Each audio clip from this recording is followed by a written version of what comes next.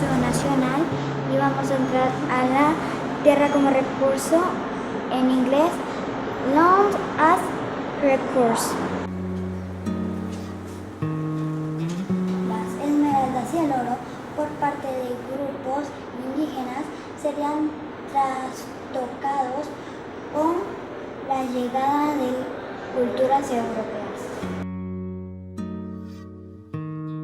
¿Cómo fue que pasó la conquista? Pues nos cuentan en las escuelas de que Cristóbal Colón se puso a explorar nuevos territorios, ¿no? Y que supuestamente fuimos descubiertos y que supuestamente, bueno, hubo una cierta conquista. Entonces, en primera instancia, América, todo lo que hoy conocemos, estaba poblado de diferentes pueblos, como es el pueblo Naz, el pueblo Mizar, el gran pueblo Inca, el pueblo Maya, el pueblo de los Pastos, y manteníamos una organización política, una organización económica, una organización social, todo estaba estructurado, tal que, por ejemplo, eran unas sociedades de que no habían pobres, no habían personas que necesitaran o no tuvieran el alimento. Las autoridades se encargaban de que todo hubiera en abundancia. Y entonces se da ese espacio de invasión de una cultura extranjera que no entiende esas lógicas de vida, que no entiende esas lógicas de vivir en armonía, de convivir con el otro, de respetar al otro. Muchas comunidades indígenas no necesariamente se encontraron con los españoles o fueron sometidas por los españoles. Muchas comunidades indígenas huyeron hacia las selvas o se resguardaron en zonas de difícil acceso y pudieron seguir viviendo como era su forma de vida tradicional. Y por eso lo que vas a ver es que en diferentes momentos intentan imponer la cultura que denominamos cultura occidental, o sea, la cultura pues de la tradición católica, la cultura europea, y ellos lo que hacen es tratar de mantener sus propias tradiciones en medio de estos intentos de imposición. Y era eso lo que pasó un poco en el tema de la conquista y que hoy todavía sigue siendo un tema de mucha resistencia. Incluso esas discriminaciones que se refería el compañero Manuel todavía es muy... todavía se ve, digamos, incluso en las universidades, en la ciudad, porque, digamos, todavía no se acepta de que hay otras formas de ver, otras formas de percibir.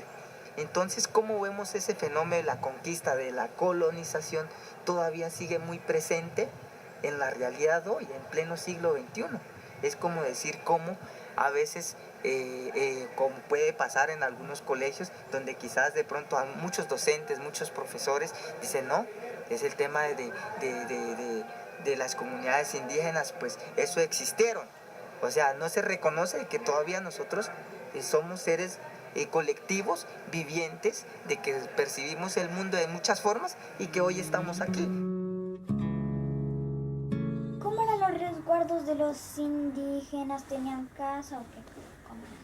En la colonia se trató de separar la sociedad nueva que se estaba fundando con la llegada de los españoles y crear pueblos de indios y pueblos de blancos.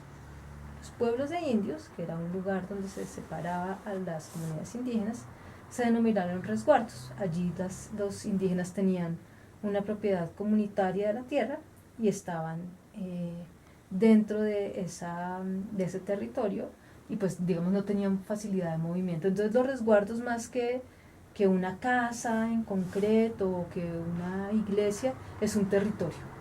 Lo interesante es que esos territorios de resguardo se han mantenido durante mucho tiempo. Entonces incluso hace unos años se reconoció que los indígenas eran dueños de esos territorios y eran dueños de una manera muy distinta como somos dueños nosotros. Nosotros somos dueños a partir de títulos de propiedad privada que son de personas particulares, mientras que ellos son dueños a partir de títulos de propiedad colectiva, es decir, las tierras pertenecen a la comunidad. ¿Y los indígenas por qué no se podían mezclar con los esclavos? Porque en la sociedad colonial, lo que estamos hablando era una sociedad dividida en castas, donde cada casta debía ocupar un lugar social específico. Entonces los españoles eran pensados como la casta blanca que tenía unos derechos y unos privilegios. Los indígenas tenían una serie de jurisdicción particular que los subyugaba, pero que también los daba como dueños de algunas tierras. Y en el caso de la población de personas esclavas, habían sido traídos de otros lugares. Entonces, aunque la corona española no quería quería mantener los diferentes grupos separados, se produjo el mestizaje y un intercambio de saberes, un intercambio de cultura, un intercambio de todo tipo entre estos diferentes grupos sociales. ¿Qué es una casta? Una casta es un término que se usaba en la sociedad colonial para diferenciar a las personas de acuerdo al lugar social que ocupaban. Entonces, por ejemplo, los indígenas eran una casta, los españoles eran otra casta, los negros eran otra casta. Y Amada, ¿cuáles eran las misiones? Mira, las misiones eran unas instituciones que se creaban en conjunto entre el Estado colombiano y la Iglesia Católica para dominar los territorios donde estaban los indígenas, para controlarlos y para tratar de llevarlos a lo que ellos consideraban era la vida civilizada. Te voy a poner un ejemplo. ¿Sabes qué son los orfelinatos? Sí. ¿Qué son? Son donde van los niños huérfanos a los que se les murieron los padres o los tíos o los abuelos. Exactamente. En estas regiones donde habitaban los indígenas, algunos misioneros fundaron orfelinatos, pero eran orfelinatos de niños que no eran huérfanos. Es decir, les habían quitado los niños a los padres y los habían metido en escuelas, en instituciones escolares, para que aprendieran la cultura de las personas de las ciudades, de las personas católicas. Y fue un proceso muy duro. Los niños a veces se escapaban de los orfelinatos para volver con sus padres, a veces seguían defendiendo sus tradiciones, aunque se las intentaban quitar. Y a ellos les obligaban a ir a... O sea, ¿los mandaban desde recién nacidos? Cuando los llevaban a los orfelinatos, desde recién nacidos, en algunos casos o cuando tenían edad escolar, unos 5 o 6 años, más o menos, cuando ya estaban en edad escolar.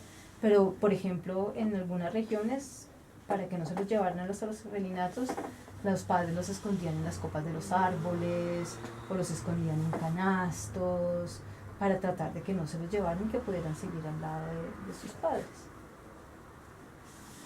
Porque además en los orfelinatos no les dejaban hablar su lengua. No les dejaban hablar su lengua nativa, que era o el cogi, o el arhuaco, o el huigo, sino les obligaban, por ejemplo, a hablar español.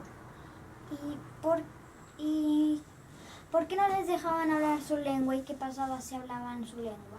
Si hablaban su lengua, los castigaban. Y no les dejaban hablar su lengua porque ellos creían que todas las personas que vivían en Colombia debían hablar español. Entonces era una manera de aislarlos de su cultura y de convertirlos a lo que se suponía que era la cultura de la nación. ¿Y cuáles eran los castigos si los niños hablaban su lengua? Pues dicen que en algunos casos los apartaban y los obligaban a estar parados mucho tiempo. Hay castigos, por ejemplo, los amarraban, o sea, son castigos duros, son castigos que trataban de disuadirlos totalmente de que hablaran su lengua. Sin embargo, lo interesante es que ellos siguieron hablando su lengua, porque era la manera de comunicarse con sus papás y con sus familiares. Entonces no hablaban su lengua dentro de la escuela, pero cuando salían volvían a hablarla. Aunque trataron de que se les olvidara, ellos no lo olvidaron.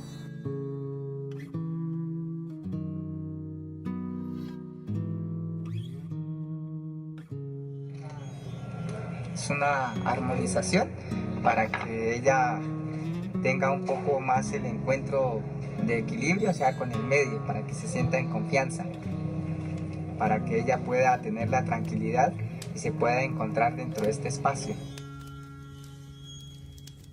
En este momento nos encontramos precisamente, es el palo de mango para el Cabildo Indígena de la Universidad del Valle. Tiene una connotación muy importante. es que cuando anteriormente, antes de que nosotros fuéramos como cabildo, entonces como anteriormente no teníamos un sitio, unos espacios donde reunirnos, entonces siempre los indígenas estudiantes, independientemente de la etnia que fuera, encontraban en este lugar como un punto de encuentro. Entonces aquí en el Palo de Mango era donde pues hasta ahora nos reunimos y comenzaban a hablar temas en común, quizás un poco de las experiencias de la comunidad, pero también un poco de las experiencias de la universidad, qué sé yo, de las dificultades que se presentaban, pero también se reunían a hablar del tema del proceso, así como nosotros nos fortalecemos. Y es así como el Palo de Mango tiene una parte muy importante dentro del espacio del Cabildo Indígena de la Universidad del Valle. ¿De dónde es que son? Yo vengo del resguardo indígena de Guambía, Silvia Cauca, al suroccidente de Colombia. Bueno, Pete Chansay, buenos días. Primero, pues para nosotros, para el Cabildo Indígena de la Universidad del Valle, es un placer estar aquí compartiendo con la compañerita. Entonces, mi nombre es Edgar Bomba Campo, yo soy comunero NASA, exactamente el resguardo indígena San Lorenzo de Caldono, territorio Satamaquihue, de nuestro gran cacique Satamaquihue.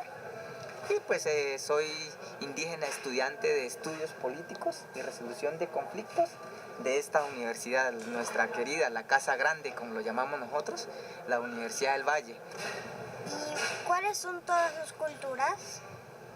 Y precisamente, pues a eso es lo que llamamos cultura, son las diferentes manifestaciones del territorio, de cómo el territorio se manifiesta de diferente manera a través de los seres humanos. Yo vengo de un territorio que es de clima frío, por eso la ruana, que es de lana de ovejo, en el cual nosotros identificamos nuestra identidad.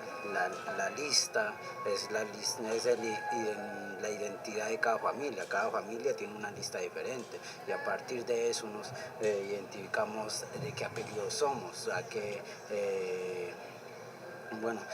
qué necesidad territorial respondemos.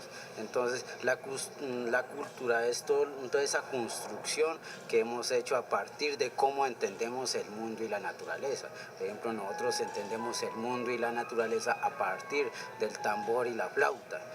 Nosotros entendemos el mundo y la naturaleza a partir de colocarnos una ruana, un rebozo, un sombrero, y a partir de esos elementos entendemos cómo se vive y cómo debemos seguir existiendo en el mundo y la naturaleza. ¿Por qué les gusta tanto estar en los cabildos? Los cabildos, pues como tal, pues es una figura adaptada, porque el término como cabildo, pues eso incluso viene de una adaptación occidental, pero que de otra manera desde los pueblos lo hemos adoptado y como forma de estructurar organizativo. Es cómo nosotros nos organizamos, y para qué nos organizamos. En ese orden, pues una forma de poder vivir todos de otra manera en armonía, en equilibrio, pues tenemos una figura como es el cabildo. Pues en este caso pues está compuesto por un gobernador, por un vicegobierno, también está el tema digamos de los fiscales, de los alcaldes. Digamos, hay unas personas que la misma comunidad en su sabiduría eligen para que los represente. En este caso, como usted puede ver, yo tengo el bastón. Pues el bastón hace parte, digamos, de esa parte organizativa, digamos, un poco desde el término del cabildo. Es también como nosotros representamos a través del bastón como una forma de entendernos, de respetarnos, pero también llamémoslo un poco de gobernar. Entonces, un ejemplo, yo tengo una responsabilidad, es que yo porto el bastón, al igual que el compañero. Digamos, es una forma de que tengo una responsabilidad con mi comunidad porque ellos me han entregado su confianza para que yo los pueda representar a ellos. ¿Y ustedes cómo hacían para elegir en sus tribus a los caciques? Cuando nosotros hablamos siempre nosotros hablamos de derecho mayor y el indígena que usted, pues los indígenas siempre nos hemos expresado en ese sentido y es de que hablamos de ese derecho mayor, ese derecho del que primero fue. Por ejemplo, nosotros estamos aquí, tenemos un derecho, pero el que más tiene derechos es aquí el árbol, que ha estado muchos años atrás que nosotros. Y más años atrás está el derecho de la tierra, que la tierra fue antes que el árbol. Y así sucesivamente y van hasta llegar a los espíritus. Y entonces, cuando hablamos de derecho mayor, estamos hablando de ese derecho que se ha venido construyendo antes de la Constitución, antes de las normas que hoy conocemos. Y es así que entendemos la forma de elección. Por ejemplo, cuando hablamos de deber y derecho mayor, usted dentro de la comunidad tiene un deber de pasar por el cabildo y también tiene como derecho. Pero usted dentro de esa comunidad no se postula con el discurso de que yo quiero ser su representante, porque en nuestro pensamiento no existe esa idea de representación, porque a veces, porque la comunidad elige quién tiene que ser. A veces usted puede tener una gran experiencia y no querer ser representante, pero por deber tiene que serlo.